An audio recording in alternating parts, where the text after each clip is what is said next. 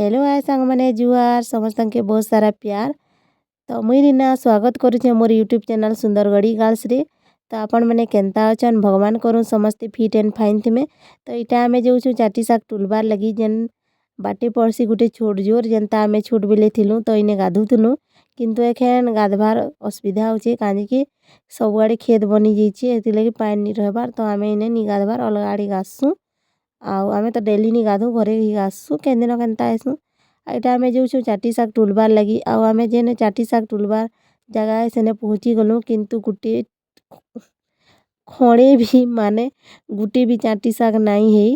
तो फिर घर के एंता ही पले आसी लगबा आउ चाटी शाक तो नहीं है क्या करमा वर्षा नहीं आला हेती लगी नहीं आला किंतु आरो वर्षे ना बहुत सारा चाटी शाक हेतिला। आ बहुत चाटी शाक आमे इने आसिकरी मुई मोर माउसी भाउज समस्ते आसिकरी मोर सांग सभी आमे आसिकरी ठुलिकरी नहीं किंतु ई बरस नहीं है चाटी शाक छाड़ किछि नहीं जेन आड़े भी होइथिबा बजारे फजारे मिली जिबा आनिकरी बनामा। आ इटा जेन देखा जाउछि इटा होछि राइस मिल जेने धान बंसी माने धान के चाउल बाहर करसन। एटा मोर माँ भी खुजी देखुछि किंतु चाटी शाक तो मिलबार नहीं तो कहूछि घर पलामा कही करी तो हाँ कहूछे मुई। आ ई पाखे ना हमर गुटे छोटे जंगल अछि माने एंता सो छोट जंगल गुटे बेसी जंगल नहीं ना बड़ जंगल छोट अच्छे एंता छोट छोट टिके गजगरा अच्छे सरगी गजगरा। तो आमे जुड़े झंटा जालबार लगी आनी पकालु उड़े करी समस्ते जुड़े जुड़े। आउ मोर माँ केनता काठी भंगुचे जे मैं देखुचे तुमके एटा मोर माँ झंटा के साइज करी भंगे देबा। आउ केनता काठी भंगासु काठी तो आमे नहीं करूँ ब्रश करसु किंतु मोर अजा जेन अछन से मैंने काठी करसन तो तांकर लगी आमे काठी मोर माँ भंगे दउछन। तांके सखालु काठी रो दरकार हेसी तांके ब्रश आनी कि देले भी से नहीं करन से काठी ही करसन ताके काठी करबार लगी भल लागसी। आ गोटे कथा जानिथिबो काठी करले ना भल लागसी तमे माने भी करबार लगी ट्राई करबो।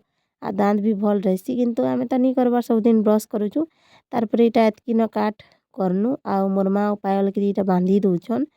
आउ एखेन आमे घर के पलोछु एटा रास्ता है जेन आमे जेइथनु आ देखो बेसी जंगल है ना ई पाखे न हमर टिके दूर बाद हमर घर भी अच्छे माने आधा घंटा रो रास्ता है।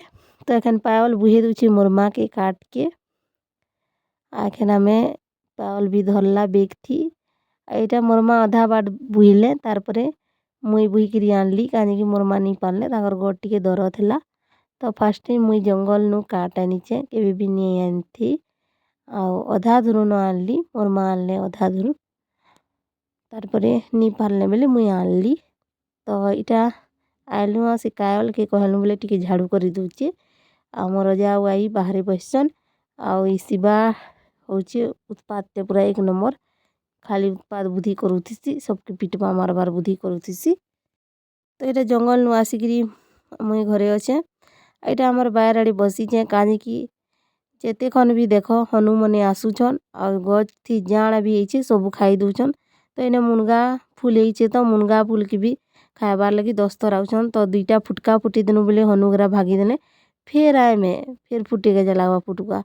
एखेन होचे सूर्य अस्त हेबार टाइम हेलानो तो सूर्य अस्त हेबार टाइम थी केते सुंदर देखा जाउछन जे देखो आउ बहुत ही भल देखा जिसन अस्त हेबार टाइम थी। एटा एखेन रातिर टाइम ही गला मुई भात दाल रांधी सारलिन आउ पापड़ थिला तो मुई पापड़ के छानी दउचे काहे कि पापड़टा खुला होइथिला अधा छानी थिलु आ अधा थिला तो मोर माँ कहले छानी दे नाले खराब हो जिबा भल नहीं लगे पछे तो मुई पापड़ के एखेन छानी दउचे। पापड़ छानी सारला परे मुई टिके आलू भजा करी देबी खाइबार लगी आउ दाल थी तो एकला खाई नहीं हुए। आज मुई नुआ प्रकार आलू भजा करिछे आउ इटा गोल गोल करी काटी देइछे आ सब बेले लम्बा लम्बा करी काटसी आउ भजा भाजसी। तो आज मुई मसला देकरी भाजबी एथिरे बरी ही पकाबी। तो कढ़ई रे तेल गरम हो गलान तो मुई डाली देली प्याज आ प्याज के भी टिके लाल लाल हेबार तक भाजमा तार परे आलू के पकामा। आउ काहे एंता आलू भजा भल लागसी जे कमेंट करबो।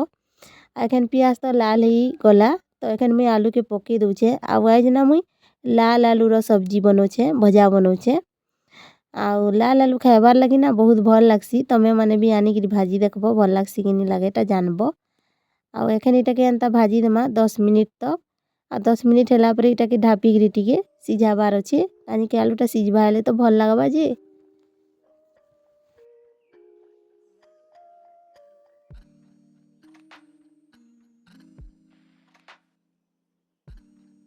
तो 10 मिनिट हो गला एखन मुई प्लेट के अलगे दूछे आ आलू के टिके भाजी दूछे। तो आलू तो पूरा सिझी गलान आ पूरा फ्राए हो जाइए आलूटा। तो एखन आलू के बाहर कर देमा आ बरी अच्छे बरी के भी टिके फ्राए कर देमा। तो मोर पाखे थिला 4टा बरी तो 4टा बरी मुई पूरा इटा भाजी दूछे टिके लाल हेबार तो बरी के भी तो लाल हेले भल लागबा कचा कचा थिले भल नहीं लागे। तो बरी भी पूरा फ्राए हो गला एखन बाहर कर देमा। तो एंता थी बाहर कर ले तेल गरा जेन थीसी सेटा कढ़ी थी न रही जिसी आ हेन्ता बाहर कर दे बोले तेल गरा पलि आसी। तो बाहर करवार बेले टिके जस्ट गुटे बरीटे पड़ी गला आउ सेटा तो धुईले नहीं पड़ी माने खराब जगह नहीं पड़ी। तो हेती लगे मैं ताके नहीं अलगाली। तो फिर मैं मसला के भाजी देवी। तो मसला रे मुझे से जीरा सरसों धनिया आउ लहसुन अदा आ टमाटर गुटी भी थी मुई पीसे दीछे ग्राइंडिंग कर दीछे टमाटर गुटी भी आगे टिके भाजी देमा लाल हेबार तक। मुई तो पकई देली हल्दी चामुचे हल्दी बेसी हल्दी नहीं देना चामुचे न देली। आगे ना पकई देमा टिके स्वाद अनुसार लुण किंतु आमर सुंदरगढ़ी रे कहसन इटाके नून। तो फिर भी मुई कही दूछे नून पकाली मुई 1 चामच।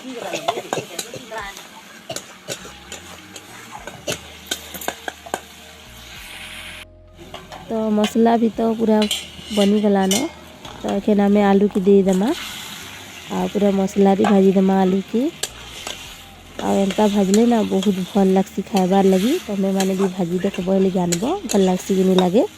सत कहूचे कि ठकुचे जे बनाबो हेले सिना जानबो।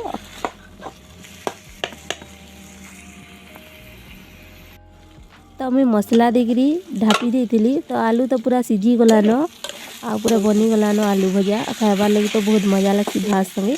तो मते तो मोर आलू भजा फेवराइट है आउ आलू आ अंडा ना मैं बेसी खाइसी किंतु अंडा कम खाऊचे एथर आम घर केही नहीं खाइबार मोर बापा नहीं खावा दिले आउ आलू भजाटा हेले मैं बहुत खाइसी। तो धनिया पत्ता टिके पकई देली आखन उतरे देमा आउ मोर अजा आई के आ मोर बापा के खाइबार लगी देमा।